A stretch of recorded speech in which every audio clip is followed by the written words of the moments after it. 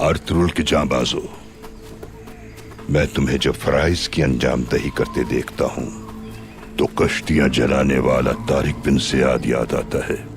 उसकी दास्तान सुनी है तुम लोगों ने? हाँ सुनी है, मतलब नाम सुना है, ज्यादा कुछ मालूम नहीं है। अगर मैं कहता नहीं सुना तो शर्मिंदगी होती ना। तारिक बिन ज़ियाद दुनिया इस्लाम का एक बहादुर जंगजू था। वो मेरी जाए पैदाइश अंदलुस का फातेह था। तारीख में बहुत से ऐसे लोग गुजरे हैं जिन्होंने मुल्कों और शहरों को फतह किया, लेकिन तारिक बिन ज़ियाद का मकाम इन सबसे मुख्तलिफ है।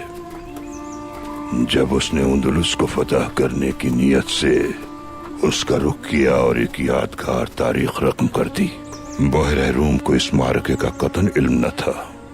जब वो अपने सिपाहियों के साथ अंदलुस के साहिल पर पहुंचा तो उन्हें जंग के लिए आमादा किया और उसने नारे तकबीर बुलंद किया।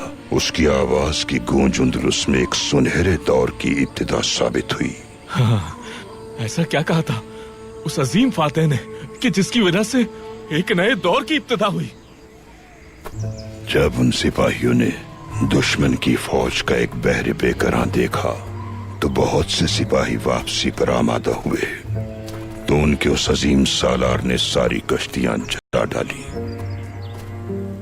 बहरे रूम का पानी उन जलती कश्तियों की हिद्दत से गर्म हो गया। अब उन सिपाहियों के पास वापस लौटने का कोई जरिया न था। अंदलुस को फतह होना था या उन सब की शहादत थी। उस अजीम सालार ने अपने सिपाहियों को मुखातिब करके कहा, अक़ब में हमारे समंदर है दुश्मन की तरह और हमारे सामने दुश्मन खड़ा है समंदर की तरह। सदाकत और सब्र के अलावा तुम्हारे पास कोई रास्ता नहीं। या तो अपनी तलवारों से दुश्मन के खून का दरिया बहा दो या फिर ये समंदर तुम्हारे खून से सुर्ख हो जाएगा। कितना बहादुर सालार था, काश मैं भी शहीद हो सकूं।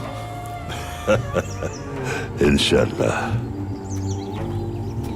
अगर आप अपने मकसद के हुसूल के लिए अपनी कश्तियां जला दें तो फतह आपकी होगी, फिर एक सुनहरा दौर शुरू होगा। अल्लाह ने चाहा तो हम भी वो दिन जरूर देखेंगे। और फिर अंदलुस की तरह इस सरजमीन पर भी बहार छा जाएगी।